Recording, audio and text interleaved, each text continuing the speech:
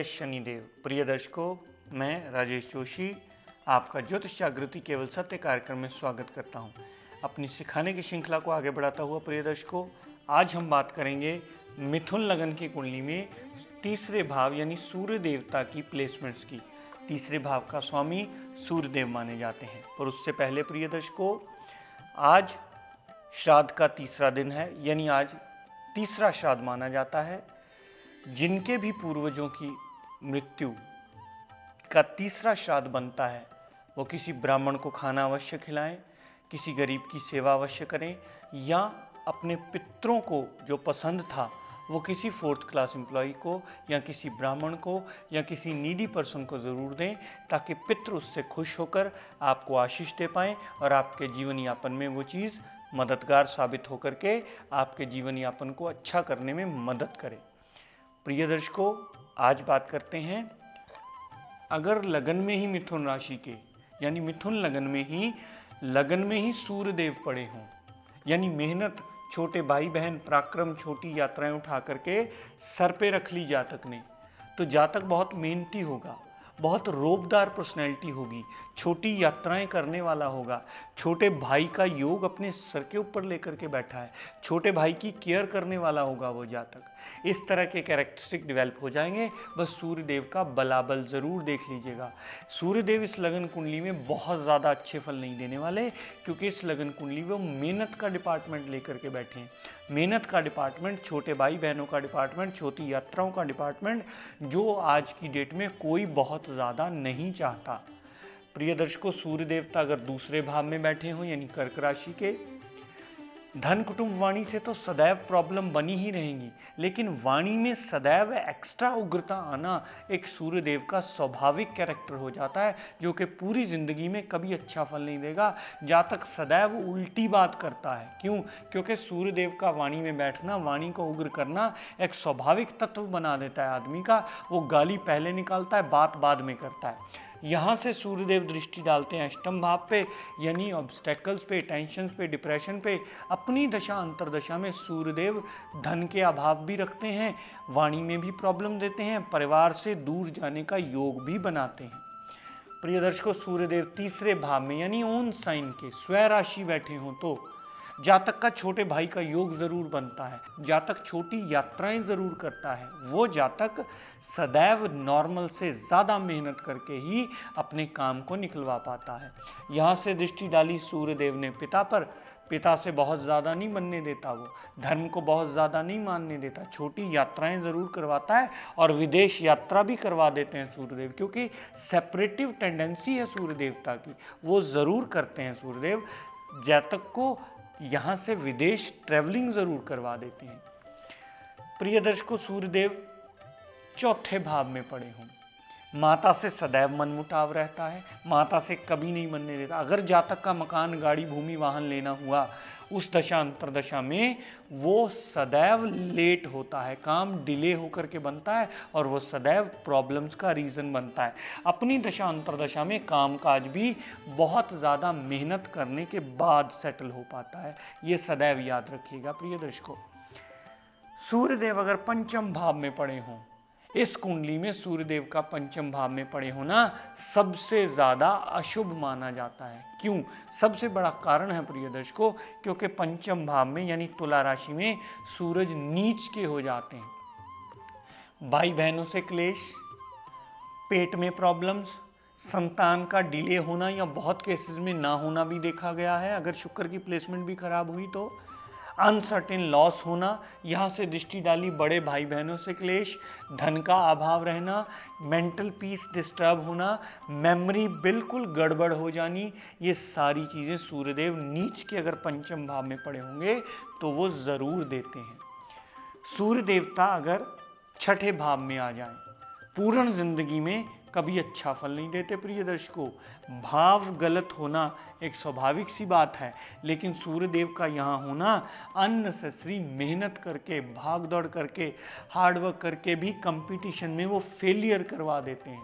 जितनी मर्जी बंदा भाग दौड़ करके कंपटीशन में जीतने के काबिल बनाते ही नहीं, थोड़े से मार्जिन पे उसको दिक्कत परेशानियां दे देते हैं और वो जातक सदैव पिटता ही मिलता है। यहाँ से दृष्टि डालते हैं फजूल के व्यय पे। फजूल का व्यय कहीं ना कहीं होता ही रहता है। जातक अपने खर्चे संभालने की जितनी मर्जी कोशिश करे, वो जितना कोशिश ज़्यादा करता है उतने खर्चे और फैलते जाते हैं उल्टा। तो यहाँ सूर्यदेव बहुत बड़ी प्रॉब्लम्स देते हैं। सूर्यदेव 7वें भाव में पड़े हों, कभी अच्छा फल नहीं देते। मैरिज में सदैव प्रॉब्लम्स बनी ही रहती हैं। कई लड़कियों की कुंडली देखो तो मैरिज डिले इतनी हो जाती है कि वो समझ ही नहीं पाते कि मैरिज किस ईयर में जाके होनी है, कब होनी है, और उसके बाद में भी पति से मनमुटाव सदैव बना रहता है। पार्टनरशिप में भी सदैव प्रॉब्लम्स रहती हैं और डेली वेजेस में भी सदैव दिक्कत परेशानियाँ चलती ही रहती हैं। कभी आमदनी का जरिया खुला, कभी बंद हुआ, कभी खुला, कभी बंद हुआ, कभी 2 महीने जॉब की, 1 महीने वेला रहा, फिर 2 महीने। ऐसी स्थितियाँ यहाँ वो क्रिएट कर देते हैं सूर्यदेव अगर 7वें भाव में पड़े हों तो अपनी दशांतर दशा में। प्रिय दर्शकों, सूरज अगर 8वें भाव में पड़े हों, यानी मेहनत भाई बहन छोटी यात्राओं को उठा के ऑब्स्टेकल्स में रख दिया। छोटे भाई बहनों से अपनी दशांतर दशा में सदैव उसको प्रॉब्लम्स बनी रहती हैं। छोटे भाई बहनों से कभी वो जातक सेटल हो ही नहीं पाता। यहाँ से दृष्टि डाली धन कुटुंब वाणी में। धन कुटुंब वाणी के रिगार्डिंग भी सदैव सूरज देवता प्रॉब्लम देते हैं। अपनी जितनी मर्जी, पंजाबी में हम कहते हैं अनथक मेहनत करने के बाद भी अपने आप को वो कभी सेटल नहीं कर पाता। सदैव उसकी प्रॉब्लम्स दिन दुगनी रात चौगनी तरक्की करनी है। बंदा हार्डवर्क करके दिन दुगनी रात चौगनी तरक्की करता है, लेकिन अगर सूरज अष्टम पड़ा और उसकी दशा अंतरदशा चल रही हो तो प्रॉब्लम्स उल्टा दिन दुगनी रात चौगनी तरक्की करते हैं। एक प्रॉब्लम समेटता है, दूसरी पहले आके खड़ी हो जाती है, तो वो प्रॉब्लम से कभी कोप अप कर ही नहीं पाता और धन का अभाव सदा बना रहता है। क्यों? क्योंकि सूर्यदेव अष्टम में पड़े हुए 7वीं दृष्टि धन के भाव पे डालते हैं। जितना मर्जी धन के पीछे भागे, लेकिन कहीं ना कहीं कमी उसकी बॉडी के साथ बनी ही रहती है। वो अपनी ज़रूरतों को ही पूरा नहीं कर पाता, उसके लिए उसे खपना ज़रूर पड़ता है। प्रिय दर्शकों, सूर्यदेव अगर 9वें भाव में पड़े हों, यहाँ से वो अपने घर पे दृष्टि डालते हैं। भाई का योग ज़रूर बनाते हैं, छोटी यात्राओं का योग ज़रूर बनाते हैं। जातक पराक्रमी ज़रूर होता है, लेकिन पिता से कभी नहीं बनती। पिता से सदैव प्रॉब्लम्स रहने का योग बनता है और जो छोटी यात्राओं का योग भी बना देते हैं। ये छोटी यात्राओं का योग उसके लिए सदैव प्रॉब्लम्स लेके आता है। क्यों? क्योंकि यात्रा में सदैव उसको खपना पड़ता है, हार्डवर्क करना पड़ता है, तब जाके उसे थोड़ा बहुत रिजल्ट मिलता है। यहाँ से विदेश यात्रा करके आकर के भी जातक कभी संपन्न नहीं हो पाता, कभी अपने आप में संपूर्ण नहीं हो पाता, कभी जो डिजर्व करता है वो चीज़ उसे नहीं मिल पाती अपनी दशा अंतरदशा में। और पिता के साथ सदैव मनमुटाव किसी न किसी बात पे बना ही रहता है। धर्म को बहुत ज़्यादा नहीं मानता, क्योंकि यहाँ वो जातक को जिद्दी बनाता है। सूर्य देवता की प्लेसमेंट होना धर्म से दूर लेकर के जाती है, क्योंकि वो पराक्रम में विश्वास करता है। वो धर्म से दूर जाने में अपनी भलाई समझता है कि मैंने क्या करना है, मैंने तो अपना काम करना है, अपनी रोटी खानी है, मेरा किसी ने क्या सवार देना। वो इस तरह का एटीट्यूड अपने अंदर अडॉप्ट कर लेता है। प्रिय दर्शकों, सूर्य अगर 10वें घर में पड़े हों, मेहनत को उठा करके कर्म में रख दिया। प्रोफेशनल सेटलमेंट में उसको मेहनत नॉर्मल से ज़्यादा करनी पड़ती है।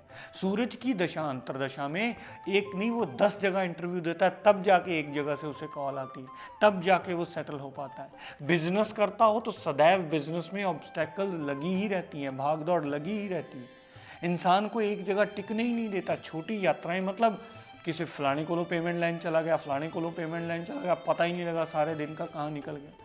इंसान को अपनी होश तक नहीं होती, लेकिन अपने छोटे भाई बहनों के लिए एफर्ट्स करने में कभी पीछे नहीं हटता। क्यों? क्योंकि छोटे भाई बहनों का भी घर है। छोटे भाई बहनों के लिए खपने के लिए सदैव वो तत्पर होगा। जितना मर्जी काम हो, कहीं ना कहीं टाइम निकाल करके छोटे भाई बहनों के रिजल्ट को पॉजिटिव ज़रूर कर देगा। लेकिन यहाँ से जो माता पर दृष्टि डालता है, माता पर दृष्टि कभी भी अच्छी नहीं मानी जाती, सदैव दिक्कत परेशानियों वाली ही मानी जाती।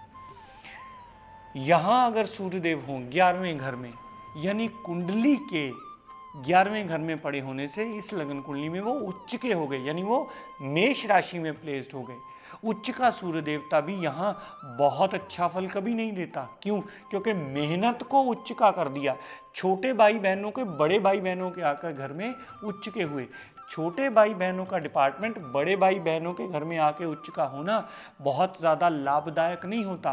अगर जातक मझला बेटा हुआ तो ना तो बड़े भाई बहन उसका साथ देते हैं, ना छोटे भाई बहन उसका साथ देते हैं, वो सदा उनके लिए खपता ही चला जाता है।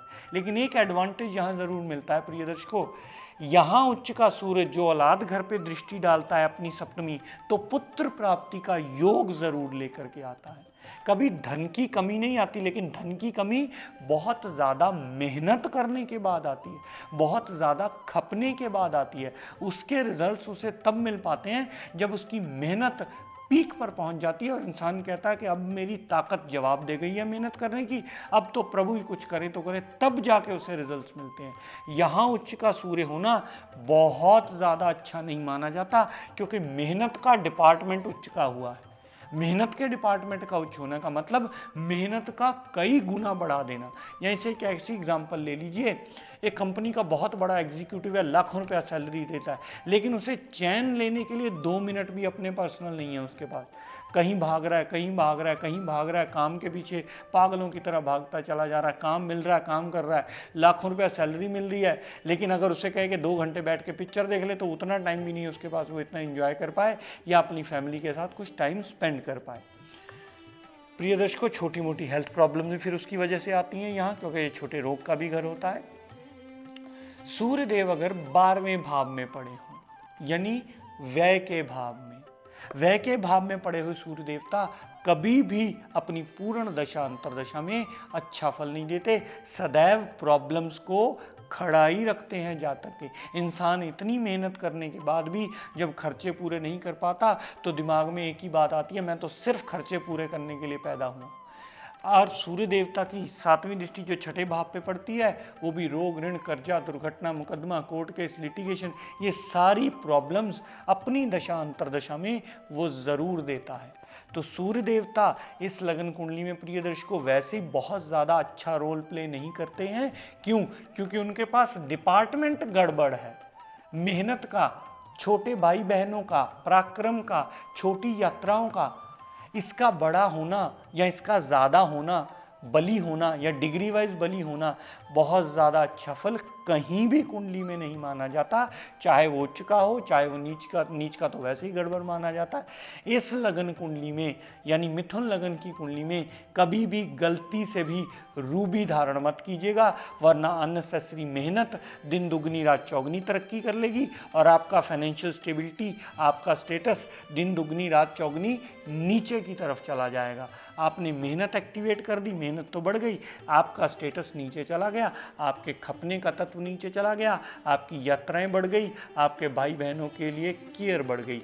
इसलिए आपके लिए ये नुकसानदेह होगा। इस लगन कुंडली में कभी भी माणिक्य या रूबी मत पहनिएगा। प्रिय दर्शकों, आज का टिप ऑफ द डे देता हूं आपको, नोट कर लीजिए। प्रिय दर्शकों, हम लोग अक्सर ये बात सुनते हैं कि जी मेरी गाड़ी बहुत ठुकती है या मेरे एक्सीडेंट बहुत होते हैं, मेरी गाड़ी कहीं साइड वाइज हो जाती है, कहीं साइड लग गई, कहीं ठुक गई, कहीं गिर गई, कहीं नुकसान हो गया गाड़ी का। ऐसी प्रॉब्लम्स अक्सर आती हैं प्रिय दर्शकों। लेकिन एक बात सदैव याद रखिएगा, हमारे पूरे जितने भी वाहन चलते हैं उनकी रक्षा के लिए अगर आप घर से निकलते वक्त, घर में जो गाड़ी चलाने वाला है, अगर निकलते वक्त बजरंग बली का एक पाठ कर ले, पाठ ना भी कर पाए तो हे बजरंग बली अपनी कृपा दृष्टि, दया दृष्टि सदैव बनाए रखें। अगर इस बात का उच्चारण करके वो चलता है और ये प्रणाम करके चलता है कि हे बजरंग बली इस वाहन पर आपने अपनी कृपा दृष्टि बनानी है, तो ये सदैव आपके लिए शुभ मानी जाएगी। क्योंकि महाभारत के वक्त में जब अर्जुन रथ पे चढ़े हुए थे और कृष्ण जी उनके सारथी थे, तो वहाँ भी उनकी ध्वजा जो ऊपर लगी हुई थी रथ के, उसके ऊपर बजरंग बली या पवन पुत्र का चित्र बना हुआ था। वो त्रिकोणा झंडा सदैव आपकी विजय पताका के लिए अच्छा माना जाता है। वो आपकी यात्रा सदैव सुखद करता है और दुर्घटना से बचा करके पॉजिटिव रिजल्ट देने में बाध्य हो जाता है। प्रिय दर्शकों, इस सारी चीज़ को यही विराम देता हुआ और हम सबके लिए मंगल कामना करता हुआ शनिदेव से ये प्रार्थना करता हूँ कि हे शनिदेव अपनी कृपा दृष्टि दया दृष्टि हम सब पर सदैव बनाए रखे। जय शनि।